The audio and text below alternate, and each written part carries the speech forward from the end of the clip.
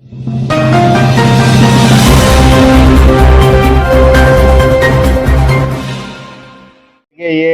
बहुत इंटरेस्टिंग मामला था। ये थाना सदर बाजार में जो ज्वेलरी शोरूम था कैरेट लेन का, उसमें 23 तारीख को जो चोरी की एक बड़ी घटना हुई थी, उसमें आज इसका खुलासा किया जा रहा है, जिसमें 5 अभियुक्तों को गिरफ्तार किया गया है। वह हीरे व सोने के आभूषण जो जिनकी मार्केट प्राइस MRP 3 करोड़ रुपए के आसपास बताई जा रही है, वो बरामद हुए हैं और साथ में 45,100 रुपए बरामद हुए हैं। जिसमें बरामदगी का जो विवरण है, उसमें 9 नेकलेस, 67 ब्रेसलेट, 17 मंगलसूत्र, 32 जोड़ी ईयररिंग, 2 गले के सेट और ईयररिंग, 18 पेंडेंट, 3 चार्म्स, 90 अंगूठी, 32 चेन, 11 चूड़ी और 45,100 रुपए बरामद हुए हैं। इसके अलावा 40 पीस आभूषण जो है पीली धातु के भी मिले हैं, जिसकी वेरोसिटी चेक कराई जा रही है। इसमें जो घटना का विवरण है वो यही है कि 23 तारीख की जो रात थी, जिसमें खास तौर से काफ़ी बारिश का मौसम था और काफ़ी बादल वगैरह गड़गड़ा रहे थे, उस टाइम पे ये चोरी हुई थी। और इसमें जो गिरफ्तार हुए हैं उनका नाम है इरशाद उर्फ काला।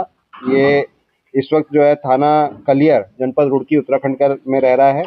दिलशाद जो है ये भी वहीं रुड़की में रह रहा है। बीच में ये ओरिजिनली ये लोग नकुड़ के रहने वाले हैं, बीच में मंडी थाने में रहते थे और वहाँ पर जब इनकी हिस्ट्री शीट खुली है तो उसके बाद में ये रुड़की में जाके रहना शुरू कर दिए थे। इसमें सलमा है इनकी पत्नी तीसरी, जो अगेन थाना कलियर रुड़की उत्तराखंड, और काली जो इनकी माताजी हैं, ये थाना भगवानपुर जनपद रुड़की उत्तराखंड, और सीमा ये भी वहाँ की रहने वाली है। तो इस तरह से 5 लोग गिरफ्तार हुए हैं और जो बरामदगी है उसको मैंने बताया। अब घटना जो है उसमें घटना में बहुत इंटरेस्टिंग मॉडस ऑपरेंडी थी इनकी कि ये रहने वाला नकुड़ का था और इसके ऊपर में टोटल मुकदमे इस वक्त जो चोर है इसके ऊपर में लगभग मुकदमे हैं 27 मुकदमे इसके ऊपर में है। इसकी माँ के ऊपर में 12 मुकदमे हैं। तो ये नकुड़ का रहने वाला था और पहले छोटी चोरी करता था। तो इसने बीच में ये फिर जब ये वहाँ से पकड़ा गया तो इसने फिर मंडी में शिफ्ट हुआ और कुछ साल पहले भी 1 करोड़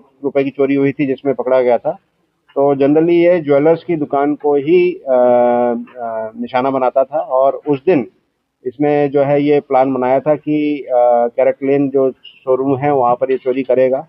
तो कबाड़ी के भेष के रूप में, कबाड़ी का भेष जैसा बताया गया कि 1 महीने से कबाड़ी के भेष में रेकी कर रहा था कि वहाँ पर जो है चोरी कर सकूं। बट इसमें क्योंकि 27 मुकदमे पहले हैं और मुझे लगता है कि विभिन्न चोरियों में इसने सोचा कि किस तरीके से पुलिस ने मुझे पकड़ा और उन सारी चीज़ों को निगेट करते हुए कि वो सारी चीज़ों में क्या कमी रह गई, उसके हिसाब से प्लान बनाया गया। तो जो बगल का होटल है, उस होटल की छत पे ये गए रात को और वहाँ पर इन्होंने जो है वहाँ पर शराब पी और खाना खाया और उसके बाद में वहाँ से जो सटी हुई दीवार थी उससे आके वहाँ से जो अपना कटर होता है, इलेक्ट्रिक वाला कटर, वहाँ से इन्होंने सप्लाई ली और उसके बाद में उसको काटा, जो दरवाज़ा था उसको काट के और सीढ़ी से नीचे उतर के दीवार में छेद करके कैरेट लेन की दुकान के अंदर गए और वहाँ पर फिर मास्क लगा के जो है चोरी की।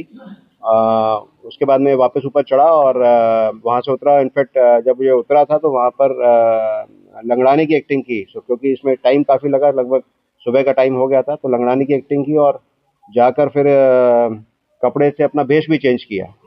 पर हमारी टीमें लगी हुई थी और उसमें कुछ क्लूज़ हमको मिले, जिसमें टेक्निकल जो सूत्र थे और जो मैनुअल सूत्र थे, दोनों का उपयोग किया गया और उससे ये पता चला कि ये वही व्यक्ति है जिसने चोरी की है। और फिर टीमें लगातार पीछे लगी रही और फाइनली जो है वो सारी चीज़ों को देखा गया और जब इनको सभी को पकड़ा गया तो फिर इनसे जो है रिकवरी भी की गई। तो चोरी करते समय कितने लोग थे और कितने की चोरी? ये जो मॉडस ऑपरेंडी है कि अकेले सिंगल पर्सन जो है चोरी करता था और चोरी करने के बाद में जब ये रुड़की गए तो वहाँ पर इन्होंने सोचा कि आर्टिफिशियल ज्वेलरी ले ली जाए, कि मान लो यदि पुलिस पकड़ भी लेगी तो आर्टिफिशियल ज्वेलरी देके जो है उसमें बरामदगी करा के उसमें छूट लिया जाएगा।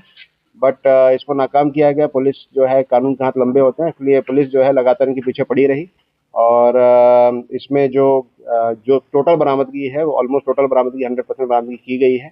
और इसमें जो पुराने मुकदमे हैं उन मुकदमों को भी देखा जा रहा है कि उन मुकदमों से भी कोई माल यदि संबंधित हो और इसमें गैंगस्टर की कार्रवाई भी हम लोग कर रहे हैं और फास्ट कन्विक्शन, जो बाकी सारे मामले हैं उनमें फास्ट कन्विक्शन भी कराया जा रहा है।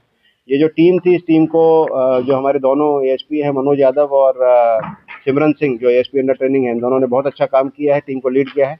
एसओजी की जो टीम थी वो भी इसमें लगी रही लगातार, उसमें संजीव और जो थानेदार कपिल, इन्होंने भी अच्छा कार्य किया है। सारी टीम ने बहुत अच्छा कार्य किया, बहुत ही ओरिजिनल गुड वर्क पुलिस का है। इसमें सारी टाइप की सीसीटीवी एविडेंसेस हो, सर्विलांस हो, मैनुअल हो, सभी का कार्य करते हुए इन्होंने काम किया। इनको सभी लोगों को 25,000 का रिवॉर्ड मेरे द्वारा दिया जाएगा। इन्होंने मास्क का इस्तेमाल किया, तो वो मास्क कहाँ से लाए थे सर? क्या किसने काम किया? हाँ, देखिए इसमें कहाँ से मास्क लाए उसकी पूछताछ की जा रही है, but at the same time जैसे कपड़े चेंज करना, तो जो कपड़े हैं उन कहाँ पर चेंज किया गया, उनकी बरामदगी भी की गई।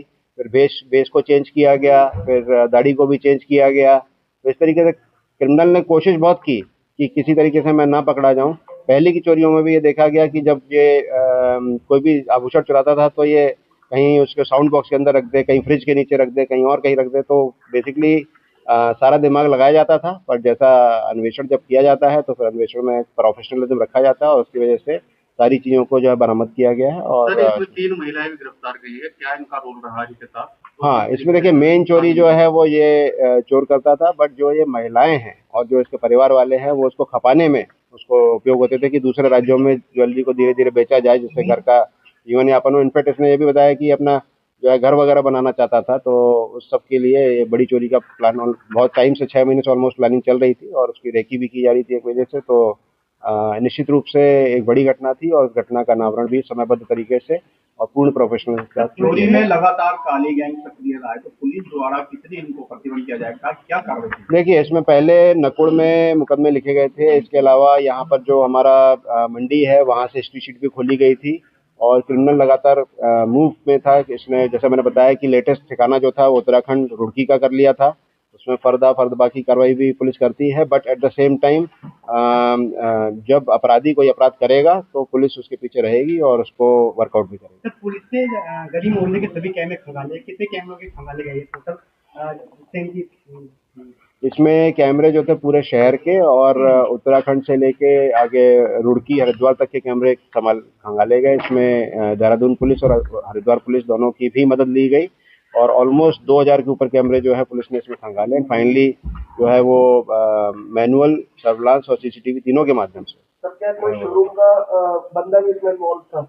अभी तक जो इन्वेस्टिगेशन हुई है उसमें इस तरह की कोई बात नहीं आई है, बट क्योंकि इन्वेस्टिगेशन अभी जारी है तो इसमें हमारा प्रयास ये है कि अब इसमें जल्द इनको कन्विक्शन कराया गया जिससे इनको सजा मिले और इसमें गैंगस्टर की कार्रवाई भी इसी महीने में कराई जाएगी। दरवाजे कहाँ तोड़े गए, क्या? एक व्यक्ति जो अभी तक की इन्वेस्टिगेशन है बड़ा क्लियर है कि एक व्यक्ति ने जो है वो, क्योंकि पूरी रात लगाई है, रात में ही ये वहाँ पे मौके पे ऊपर आ गया था और उसने जो है जो कटर का काम किया वो भी रात में ही किया, जो पास वाले होटल से इलेक्ट्रिक सप्लाई ली और उसके बाद में दीवार तोड़ने का काम भी अकेले किया। इस वजह से सुबह हो गई, तो काफी लंबा समय रहे वहाँ पर और क्योंकि उस दिन आवाज काफी थी, काफी बादल जो था उनकी गड़गड़ाहट थी, इस वजह से चोरी करने का मौका मिला। देखना चाहते हैं तो अवध स्पीड न्यूज को फॉलो, लाइक, सब्सक्राइब जरूर करें। हमारी सारी खबर देखने के लिए YouTube पर सर्च करें अवध स्पीड न्यूज, वहां से सारी खबर देख सकते हैं। विज्ञापन है तो संपर्क करें अवध स्पीड न्यूज से। Mobile number 9554215800।